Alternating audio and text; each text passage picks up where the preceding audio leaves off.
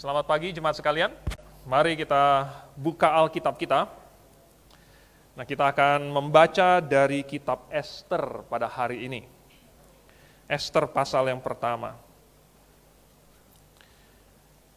Ester adalah satu kitab yang luar biasa. Sungguh, seluruh kitab-kitab dalam Alkitab, luar biasa, tidak ada terkecuali. Tapi Ester ini, kalau Anda baca, ini mengandung banyak sekali kebenaran dan pengajaran untuk kita. Kalau Anda belum pernah baca kitab Ester, Anda belum tahu ceritanya, saudara, sayang sekali. Saya sarankan nanti Anda pulang, Anda baca lagi. Kalau Anda sudah pernah baca, Anda baca lagi.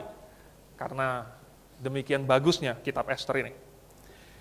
Dan seringkali ketika pengkhotbah berbicara di atas mimbar dan mereferensikan berbagai cerita di dalam Alkitab, maka orang yang sudah besar dari sekolah minggu, sudah tumbuh dengan mendengarkan cerita sekolah minggu, itu punya keuntungan, karena mereka sudah tahu ceritanya.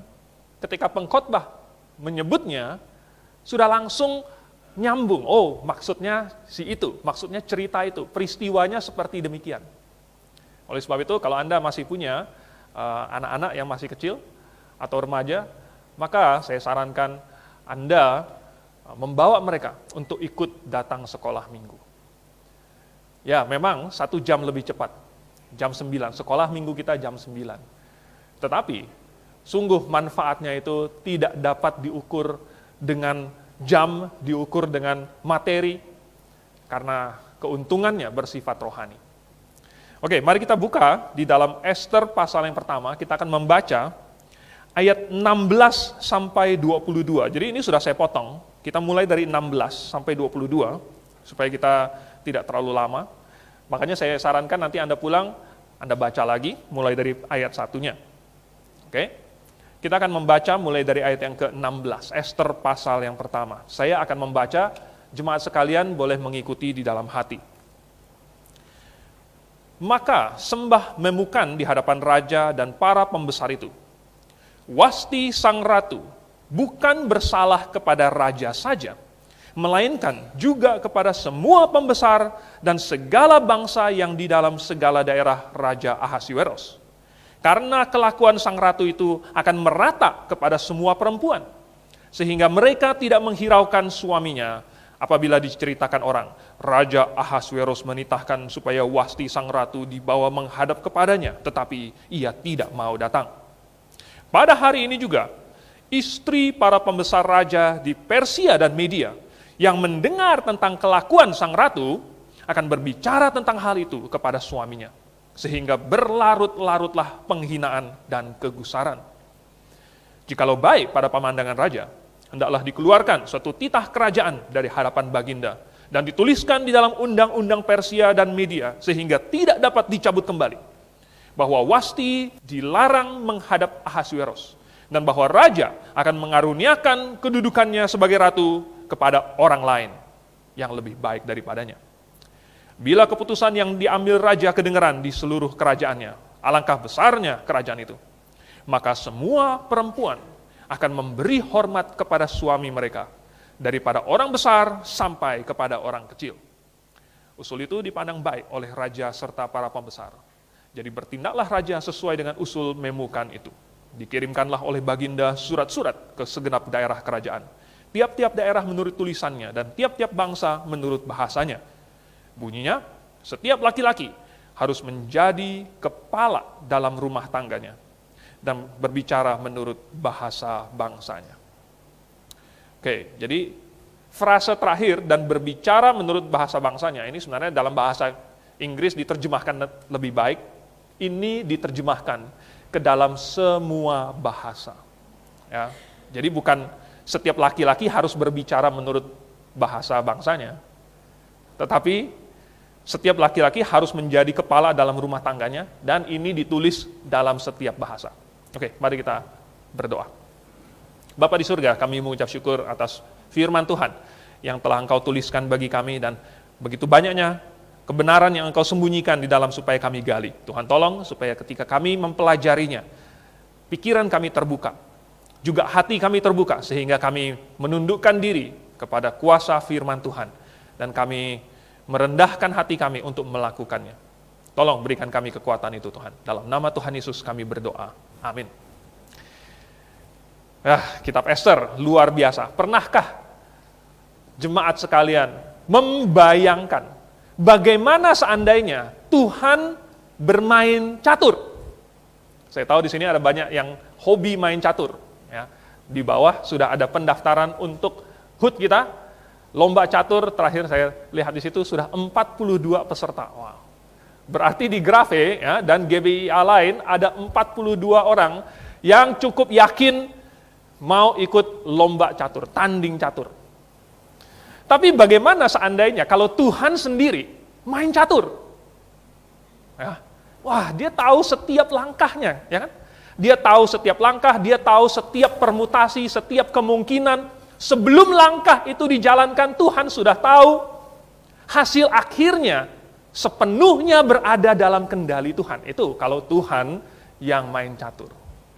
Tentu karena tidak ada Tuhan di pertandingan catur kita yang ikut main, jadi Anda tidak perlu takut, ya, Anda tetap bisa menang. Kalau Anda suka catur, silahkan Anda daftar. Tetapi kalau Tuhan main catur, maka semua itu nggak ada lawannya. Nggak ada lawan. Nah sebenarnya di dalam kitab Ester ini, saya melihat bahwa Tuhan ternyata suka main catur, saudara. Ternyata Tuhan suka main catur, dan kali ini lawannya adalah iblis. Ya. Iblis itu pintar sekali, tetapi iblis tetap bukan tandingannya Tuhan. Jadi di dalam kitab Ester ini kita melihat bagaimana Tuhan sudah menyusun langkah-langkah. Sehingga walaupun iblis berusaha untuk menghancurkan bangsa Israel, berusaha untuk memusnahkan, melakukan genosida, supaya bangsa Israel musnah, tidak ada lagi, lenyap dari muka bumi. Tetapi Tuhan rupanya sudah menyusun bidak-bidaknya ditempatkan di lokasi strategis. Dan Tuhan mengatur sedemikian rupa, sehingga langkah-langkah iblis semuanya gagal, tidak mencapai tujuannya. Malahan akhirnya Tuhan yang melakukan skakmat. Ya. Tapi hari ini tentu kita baru membaca pasal yang pertama. Jadi masih prematur untuk membicarakan semua langkah-langkah Tuhan. Tetapi seperti biasanya dalam rata-rata pertandingan catur, biasanya ada komentator. Siapa di sini yang kenal dengan orang yang suka ngomong di samping kalau orang lagi main catur? Dia yang ngomong di samping. Mungkin ada yang kenal ya. Wah, harusnya begini tuh. Wah, salah itu begitu jalannya. Nah, ini biasa komentator lebih jago daripada yang main. Tetapi belum tentu ya. Kalau misalnya juara dunia kan Magnus Carlsen lawan misalnya Garry Kasparov, tentu komentatornya tidak lebih pintar daripada pemain caturnya. Pemain caturnya juara dunia, tentu. Nah, dalam kitab Ester ini, saya melihat ada banyak orang-orang bijaksana. Dan mereka mengeluarkan komentar. Oke. Nah, uniknya para orang bijaksana ini sebenarnya juga adalah bidak-bidak dalam permainan catur ini. Dan sekaligus mereka juga adalah komentator.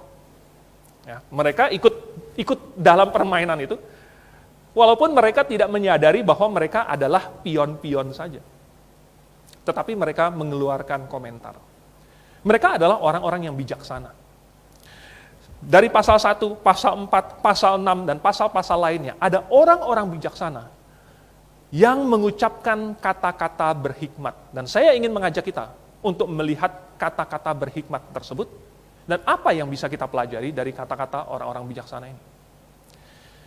Mungkin hari ini kita baru melihat pasal 1. Jadi kita melihat apa perkataan bijaksana yang diucapkan oleh si Memukan, yang tadi kita baca, mengenai keputusan terhadap Ratu Wasti. Oke. Jadi, yang kita baca itu adalah tentang Memukan menjelaskan efek dari perbuatan Wasti, kesalahan Wasti. Dan itu katanya akan membuat semua media Persia, pejabat-pejabatnya, pembesarnya akan mengalami kehebohan, kegaduhan. Dan saya melihat bahwa pengajaran di sini adalah mengenai ketundukan. mengenai ketundukan. Oke, jadi kebanyakan orang, mayoritas teolog melihat bahwa pasal 1 ini mengajarkan tentang wasti dan kesalahannya. Oke, kita bisa melihat, kita bisa mempelajari tentang apa yang Wasti lakukan. Dia melakukan satu blunder yang besar sekali, yaitu dia menolak ketika dipanggil oleh raja. Dan karena raja pada waktu itu memiliki kuasa absolut, dan apapun yang dikatakan, yang diperintahkan oleh raja harus dijalankan, maka dengan menolak dipanggil oleh raja, maka dia telah membangkang, dia telah melanggar perintah, dia telah merusak tatanan di dalam istana, di dalam rumah tangga, di dalam kerajaan, sehingga ujung-ujungnya dia mempermalukan Raja Ahasuerus. Dia sayang sekali, walaupun sebenarnya dia adalah mungkin wanita yang sangat cantik sekali, tetapi kesalahan dia ini menjadi fokus utama dari kehidupan dia, dari catatan tentang si Wasti ini. Jadi ada pelajaran yang pertama kita dapatkan di sini, bahwa rupanya kalau seorang istri mempermalukan suaminya, itu sama dengan dia mempermalukan dirinya sendiri. Kalau istri mempermalukan suami, sama dengan dia mempermalukan dirinya sendiri. Ya. Dan sebenarnya ini bisa dibalik juga. Ya. Kemuliaan si suami sebenarnya adalah kemuliaan istri juga. Ya. Dan kalau kita aplikasikan ini kepada suami, juga sama. Ya. Kalau kita baca di dalam Efesus pasal yang kelima, ayat 25, 26, 28, di situ Tuhan menjelaskan bahwa suami harus mengasihi istri sama seperti Kristus mengasihi jemaat. Jadi suami mengasihi istri seperti mengasihi dirinya sendiri. Dan Alkitab berkata bahwa jikalau suami berbuat baik kepada istri, jikalau suami mengasihi istri sama dengan dia mengasihi dirinya sendiri. Jadi suami memiliki setiap insentif, memiliki motivasi untuk mengasihi istrinya, berbuat baik kepada istrinya, karena dengan berbuat demikian sebenarnya dia melakukan itu untuk dirinya sendiri. Jadi kalau istri bahagia, suami juga akan bahagia. Kalau istri diperlakukan dengan baik, sama seperti memperlakukan dirinya sendiri, memperlakukan si suami dengan baik. Ini suatu keseimbangan yang Tuhan bikin, dan Tuhan sudah atur sedemikian rupa, sehingga harmonis, dan rumah tangga itu akan cantik, akan harmonis, akan indah, akan sejuk, kalau mengikuti apa yang Tuhan sudah bikin ini. Jadi, di dalam Alkitab, sesungguhnya Tuhan sudah memberikan tatanan yang paling baiknya, dan ini pelajaran yang kedua. Tuhan sudah kasih landasan berumah tangga yang paling bagus. Istri tunduk kepada suami, Efesus pasal 5 ayat yang ke-22. Istri tunduk kepada suami, lalu suami mengasihi istri. Jadi apa yang kita dapatkan di sini? Kalau istri tunduk kepada suami, suami mengasihi istri. Ini keduanya yang sudah menjadi satu ini. Sesungguhnya mereka melakukan kebaikan kepada dirinya sendiri. Dan Tuhan yang menciptakan laki-laki dan perempuan, Tuhan yang paling tahu semua yang dibutuhkan oleh laki-laki dan wanita, semua yang diinginkan oleh laki-laki dan wanita, dan Tuhan sudah menetapkan bahwa laki-lakilah yang jadi kepala rumah tangga, sedangkan istrinya akan menjadi penolongnya. Tuhan yang menciptakan bahwa laki-laki berbeda dari perempuan. Laki-laki punya kebutuhan yang berbeda, punya keinginan yang berbeda, punya ambisi yang berbeda. Wanita juga memiliki perbedaan tersebut. Kalau wanita secara umum, itu akan bahagia kalau dia dicintai. Itulah yang menjadi angan-angan setiap gadis. Makanya di dalam setiap cerita dongeng, kita temukan ada putri. Ya. Putri lalu kemudian ketemu dengan pangerannya. Ya kan? Selalu dalam semua dongeng seperti itu. Putri mendambakan kedatangan pangeran. Lalu datanglah pangeran itu, gagah perkasa dengan di atas kuda dengan seperti kesatria. Lalu kemudian mencium putri tersebut dan mereka hidup selama-lamanya bahagia. Kan begitu. Happily ever after.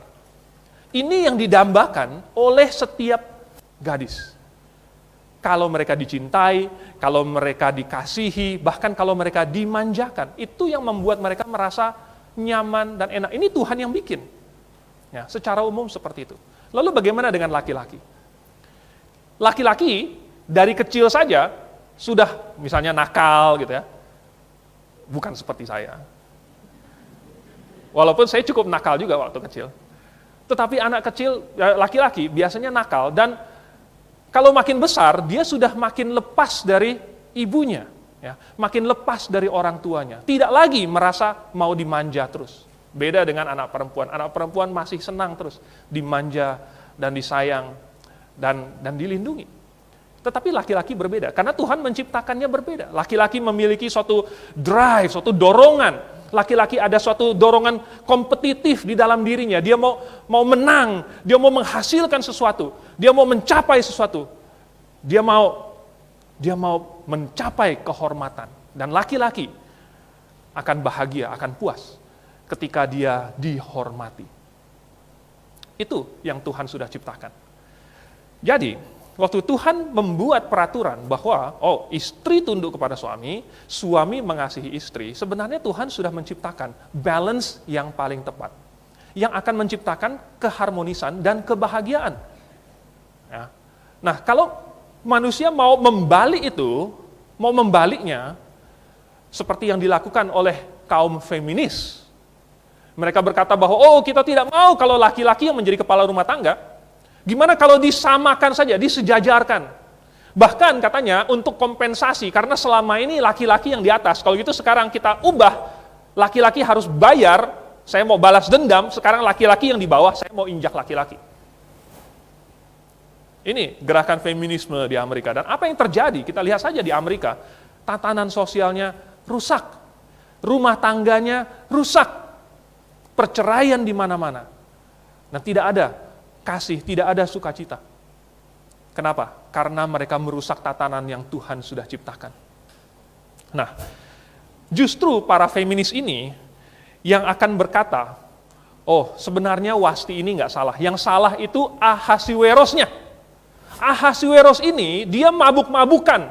Makanya di dalam keadaan dia lagi mabuk itu, dia kemudian berpikir, ini saya punya Wasti, saya punya istri paling cantik di seluruh negeri, sini saya mau kasih kalian lihat semua. Katanya Ahasiweros ini dia tidak menghargai Wasti. Si Ahasiweros ini tidak memikirkan harga dirinya Wasti. Masa Wasti dipertontonkan seperti di kebun binatang? Wah, katanya sebenarnya Ahasiwerosnya yang tidak becus jadi suami. Ya, memang Ahasiweros bukanlah model teladan suami, ya, yang harus dicontoh oleh semua laki-laki, bukan. Oleh sebab itu saya tidak akan berdebat mengenai hal ini. Saya tidak akan membela Ahasiweros, tetapi yang jelas Wasti tetap salah. Jadi apa yang dilakukan oleh Wasti ini, ya, ini sebenarnya sudah melanggar apa yang Tuhan bikin.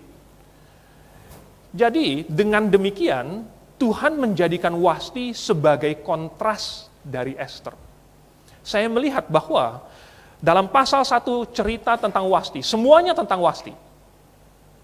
Tetapi ini adalah pasal yang sangat penting sekali, karena dia menjadi landasan untuk mengajarkan tentang siapa Ester, dan bagaimana Ester menunjukkan sikap ketundukan. Kalau tidak ada perbandingannya, maka tidak bisa menunjukkan seberapa Ester tunduk. Tetapi justru Tuhan pakai Wasti, wanita yang paling tinggi, yang paling first lady. Tetapi kemudian apa yang dilakukan Wasti? Dia justru jatuh. Jadi Wasti ini bagaimana? Mungkin Wasti dalam pemikiran modern adalah seperti wanita modern yang ideal. Ya, dia cantik. Siapa wanita yang tidak ingin cantik? Dia juga memiliki pendirian yang teguh. Ya. Dia kalau sudah mempunyai keinginan, dia akan melakukan keinginannya itu. Dia bersifat mandiri. Wah. Dia juga adalah seorang sosialita. Kita baca bahwa dia bikin party, bikin pesta untuk semua wanita di dalam istana Ahasiweros. Wah, udah cantik, ya, mandiri, sosialita lagi. Siapa di sini yang di Facebook jadi sosialita di sosial media ya. Wah, ini idaman semua laki-laki. Modern. Tetapi, ada satu kesalahan dia. Ya. Ada satu kesalahan dia, yaitu dia gagal melaksanakan tugasnya. Apa sih tugas dari seorang ratu? Apakah untuk memerintah kerajaan? Hah? Bukan. Apakah untuk memberi nasihat kepada Raja Ahasiweros? Bukan. Apakah untuk mengurus ini, mengurus itu? Bukan. Bukan itu fungsi dari ratu. Fungsi dari ratu adalah dia mungkin ya, harus menemani raja. Ya, harus menemani raja. Mungkin kalau diperlukan dia harus menghibur raja. Lalu kalau butuh keturunan, ratu harus memberikan keturunan kepada raja. Dan tentu dia juga menjadi simbol status. Ya, menjadi simbol status. Dia adalah ratu karena dia menikah sama raja. Kalau dia bukan menikah sama raja, namanya bukan ratu. Jadi dia adalah suatu simbol. Ya. Dan ini tidak bisa dilepas. Kalau dia mau jadi ratu, dia harus jadi simbol. Dia harus menjadi simbol statusnya Ahasiweros bahwa dia adalah raja dan Wasti adalah ratunya. Jadi untuk memenuhi setiap tugasnya ini, dia harus datang ketika dipanggil. Kalau raja lagi butuh teman, lagi butuh hiburan, lalu dia panggil tetapi dia tidak datang, bagaimana dia memenuhi tugasnya? Kalau raja butuh keturunan, panggil Wasti dan dia tidak mau datang, bagaimana dia memberikan raja keturunan? Dan kalau dia adalah simbol status, maka dia pasti harus dikasih lihat. Kalau simbol status dimasukkan ke dalam peti, dikarungin, kemudian dikubur di dalam tanah, apa simbolnya, saudara? Dia harus ditontonkan, dipertontonkan, dia harus diperlihatkan. Dan oleh sebab itu dia dipanggil. Dan dia harus datang. Itu adalah fungsinya. Para feminis mengkritik ini tanpa memperhatikan apa konteks dan situasi pada waktu itu. Dia bukan istri biasa seperti rakyat jelata. Wasti bukanlah istri petani. Wasti adalah ratu. Wasti adalah simbol status kerajaan. Dan dia gagal memenuhi tugasnya. Jadi, bagaimana dengan Esther? Esther juga cantik. Ya. Esther juga memiliki kemandirian dia sendiri. Dia juga memiliki pendirian yang teguh. Makanya dia bisa tetap berada di dalam istana. Dia bisa tetap memelihara rahasia identitas dirinya, dan lain sebagainya. Dan dia juga pandai bergaul. Ya, mungkin kata yang tepat bukan sosialita, karena kadang-kadang sosialita itu konotasinya itu seperti kupu-kupu yang hinggap sana kemari. Ya. Tetapi tidak, dia bukan sosialita, dia adalah orang yang pandai bergaul. Kita baca bagaimana di dalam istana semua mengasihi dia. Semua pegawai raja, semua sida-sida, semua penjaga para wanita itu mengasihi dia. Jadi dia orang yang sangat pandai bergaul. Jadi dia punya banyak kemiripan dengan si Wasti. Tetapi perbedaannya ada pada sikap ketundukan Esther. Rupanya dia orang yang menunjukkan sikap yang sangat tunduk. Siapa Esther ini? Kalau kita baca, ya, di pasal yang kedua, Anda nanti pulang boleh baca pasal yang kedua. Dia sebenarnya bukan anak si Mordekai, bukan anak kandung. Sebenarnya dia adalah sepupunya Mordekai. Jadi sebenarnya satu tingkat, satu lifting. Ya. Tetapi mungkin karena beda usia yang cukup jauh, dia diangkat anak oleh Mordekai. Dan dia menerimanya. Dan dia menundukkan diri di bawah ayah angkatnya itu. Seperti Mordekai adalah ayah dia sendiri. Anda bayangkan sebenarnya itu adalah sepupu dia. Sepupu yang satu lifting, tetapi dia malah menundukkan diri. Dia tunduk kepada ayah angkat barunya. Dia tunduk. Dan dia ikut dalam sayembara ini ya, juga atas petunjuk Mordekai. Dia disuruh untuk merahasiakan identitasnya juga adalah atas petunjuk Mordekai. Di dalam istana Esther menunjukkan ketundukannya juga sehingga dia mendengarkan semua perintah dari Hegai. Dia mengikuti semua saran, semua usulan dari Hegai. Dan dia menjaga sikapnya sedemikian rupa sehingga semua orang mengasihi dia. Luar biasa. Bagaimana ini? Hari ini ada pepatah mengatakan, tidak mungkin punya teman itu semua orang jadi teman kamu. Tidak mungkin semua orang jadi teman. Tetapi Esther membuktikan bahwa semua orang menjadi teman dia. Luar biasa sekali. Sikap yang demikian tunduknya. Sehingga dia menimbulkan kasih kepada setiap orang. Dan ketika setiap gadis dibawa masuk kepada Ahasuerus, satu malam saja. Dan mereka diperbolehkan untuk membawa apapun. Untuk mereka habiskan bersama-sama dengan Ahasuerus. Kita tidak tahu apa yang mungkin dibawa oleh gadis-gadis lain. Mungkin ada yang membawa makanan gitu ya. Siapa tahu Ahasuerus suka dengan bipang gitu. Nggak tahu apa yang dibawa oleh Esther. Yang jelas kita dapatkan tercatat bahwa Esther hanya membawa apa yang diusulkan oleh Hegai. Hegai adalah selain penjaga para gadis, dia juga adalah sida-sida si raja. Dia tahu apa kesukaan raja, dia tahu apa kebiasaan raja, dia tahu semua seluk-beluk sifat-sifat raja semuanya diketahui. Dan karena Hegai mengasihi si Esther, Hegai kasih tahu semua rahasianya.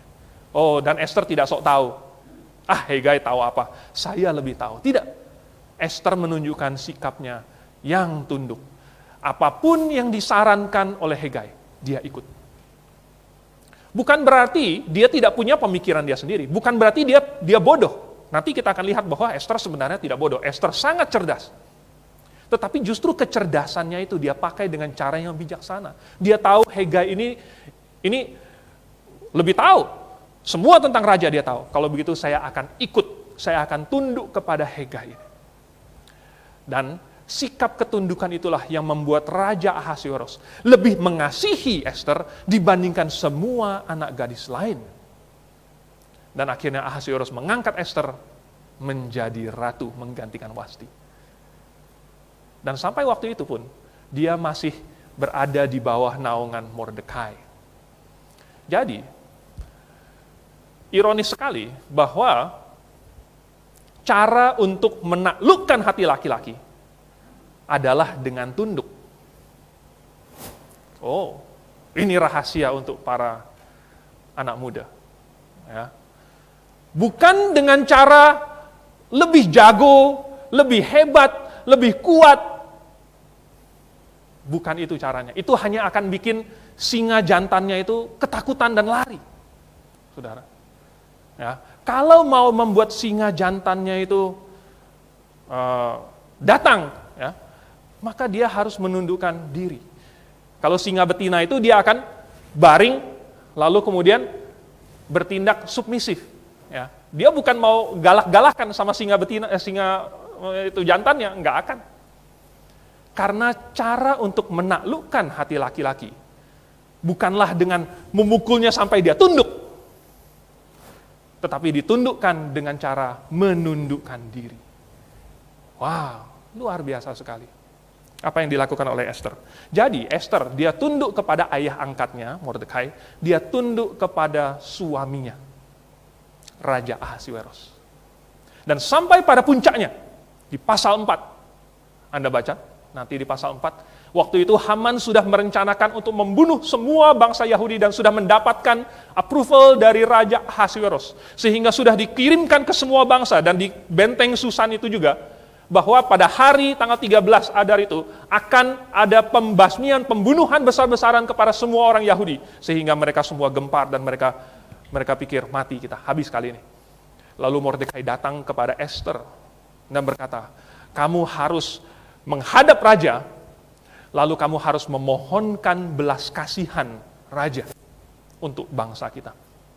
Esther berkata, semua orang tahu bahwa dilarang menghadap raja tanpa dipanggil. Itu adalah pelanggaran.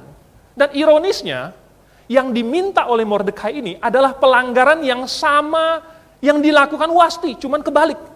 Wasti dipanggil tidak mau datang, Mordekai suruh Esther datang tanpa dipanggil.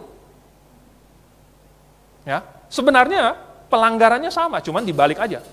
Ya. Wah, ini gimana ini sekarang? Apakah dia harus tunduk kepada suaminya? Ada peraturan segala macam, ada kalau tidak dipanggil ya nggak boleh masuk gitu, tidak boleh datang. Seolah-olah mungkin Raja Ahasuerus menelantarkan dia, seolah-olah dia minta perhatian, seolah-olah dia cari ya, caper begitu, atau bagaimana? Tidak boleh. Atau dia harus tunduk kepada ayahnya, ayah angkatnya ini. Dia terjebak dalam satu dilema. Tetapi ada satu pribadi lagi yang kepadanya Esther harus tunduk.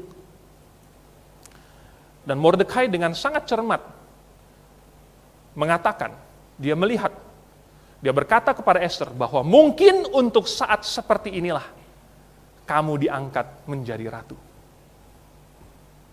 Mordekai bilang begitu. Mungkin untuk saat seperti inilah, Esther, kamu diangkat jadi ratu. Mordekai tidak mengatakannya secara eksplisit. Sekali lagi, di dalam kitab Esther ini tidak ada kata Tuhan, tidak ada kata Jehovah, Elohim, ya. Bahkan tidak ada kata iblis. Tidak ada kata iblis. Jadi Tuhan sama iblis main catur tetapi invisible. Ya. Bidak-bidak di papan caturnya tidak melihat tangan yang mengangkat dia dan menjalankan dia, tidak melihat.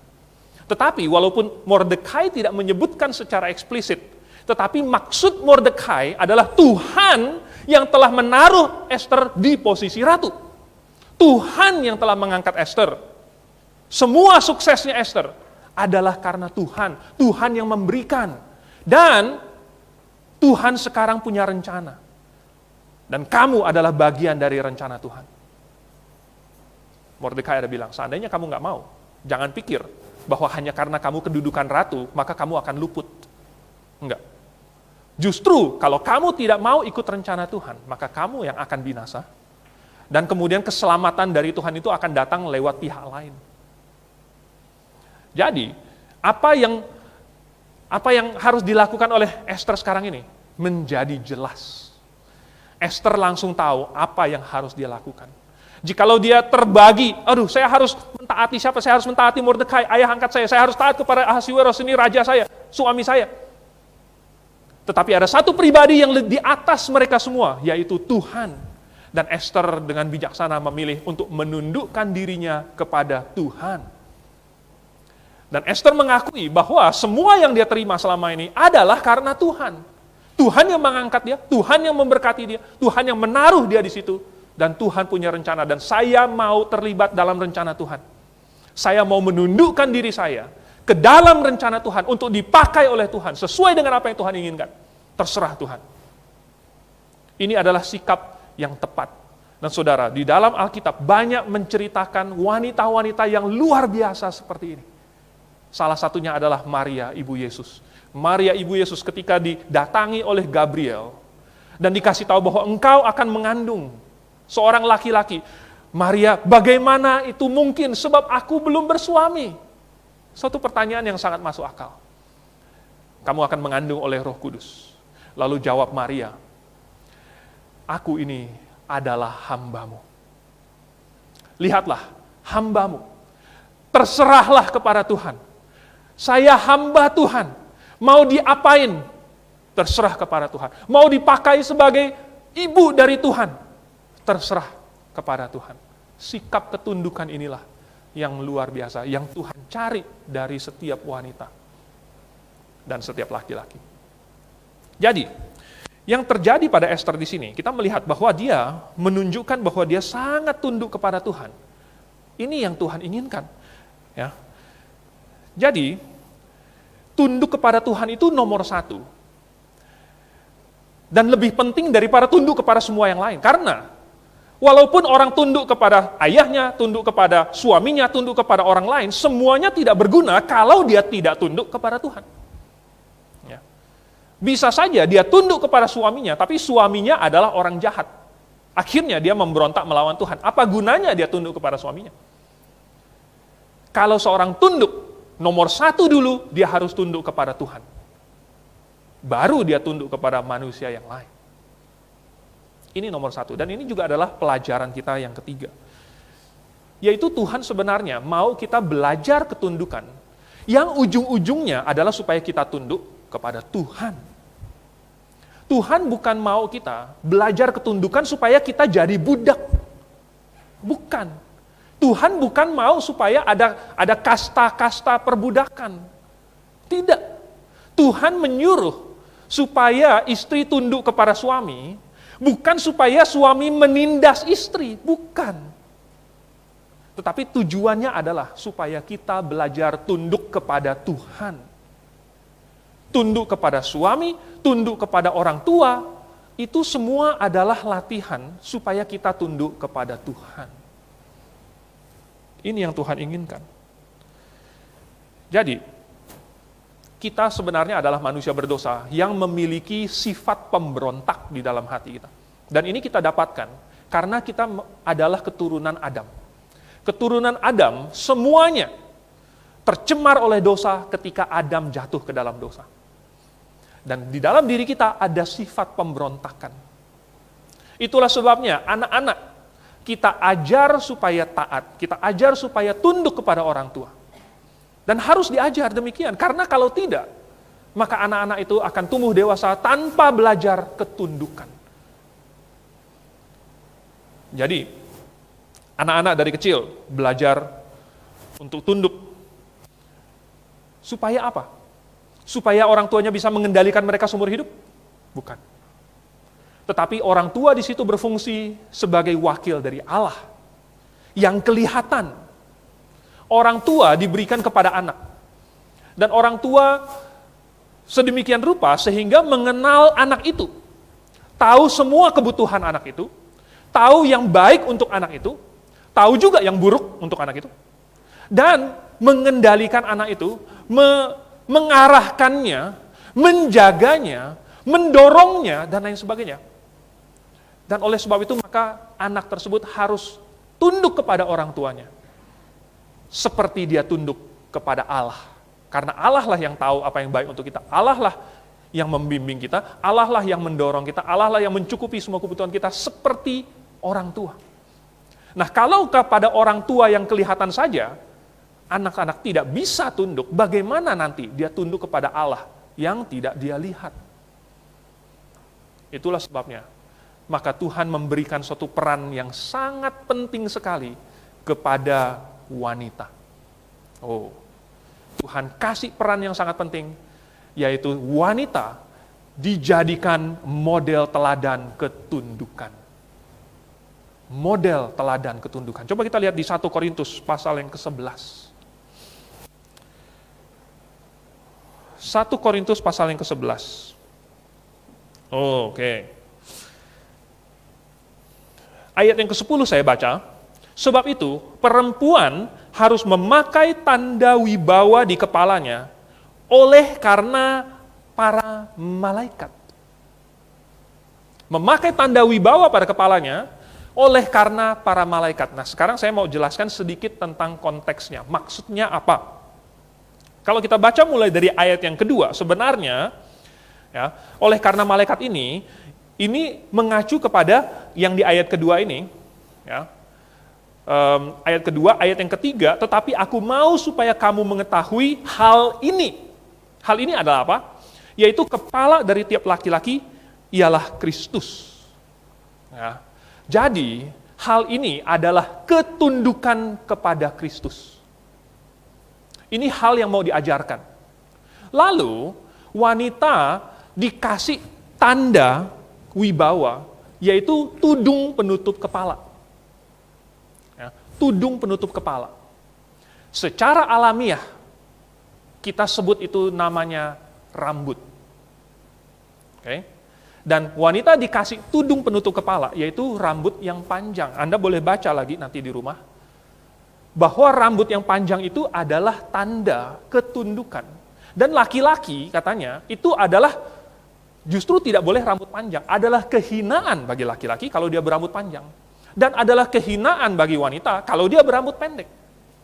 Kenapa? Itu hal ini. Jadi Kristus adalah kepala dari laki-laki, dan laki-laki adalah kepala dari perempuan. Jadi apa yang perempuan lakukan ini dengan memakai tanda wibawa, yaitu rambut yang panjang atau tudung pada kepalanya, menunjukkan bahwa dia tunduk. Dia tunduk, seperti semua laki-laki harus tunduk kepada Kristus. Dan katanya ini menjadi model bagi malaikat juga.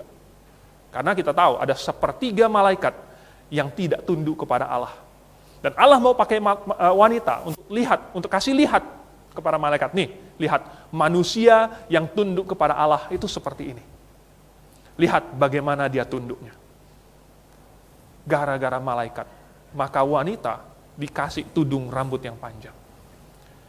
Saudara, dan jangan Anda merasa, aduh kenapa saya pula yang dikasih tudung sama Tuhan. Gitu kan? Karena sebenarnya, rambut yang panjang itu adalah sesuatu yang cantik.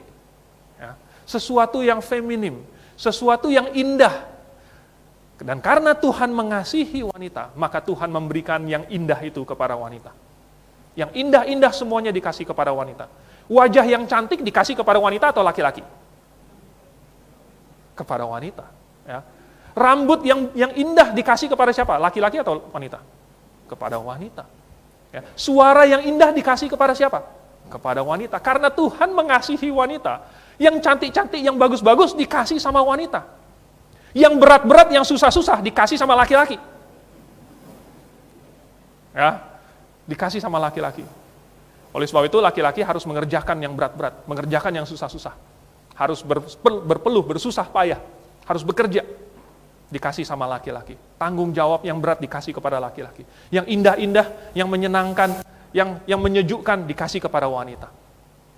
Ini Tuhan yang mengasihi. Ya. Jadi, wanita adalah model ketundukan. Dan dia akan mengajar bukan hanya malaikat, dia akan mengajar keluarganya juga mengenai ketundukan. Mengajar keluarganya. Mungkin dia akan memiliki anak-anak. Anak-anaknya lah yang akan belajar dari ibu mereka bagaimana tunduk kepada ayah mereka. Oh, ini adalah suatu peran yang luar biasa penting. Luar biasa penting. Karena apabila anak-anak tidak belajar itu dari ibu mereka, mau belajar dari siapa lagi? Belajar dari bapaknya. Oh, bapaknya tunduk sama mamanya gitu. Ya, belajar dari ibunya, tunduk.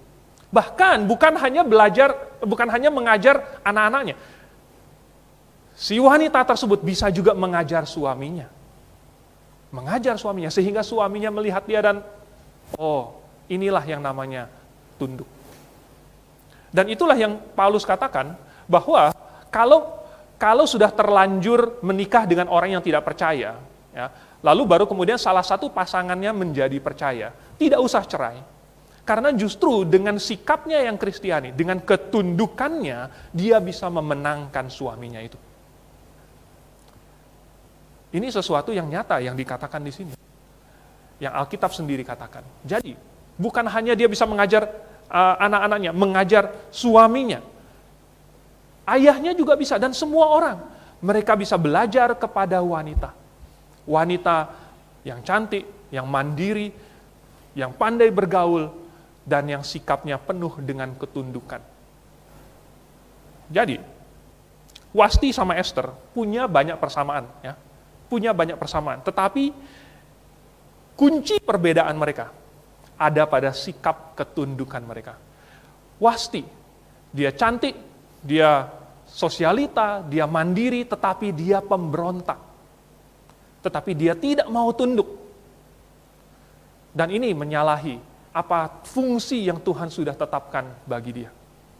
Jangankan Ahasiweros punya fungsi untuk ratunya, Tuhan juga punya fungsi untuk dia.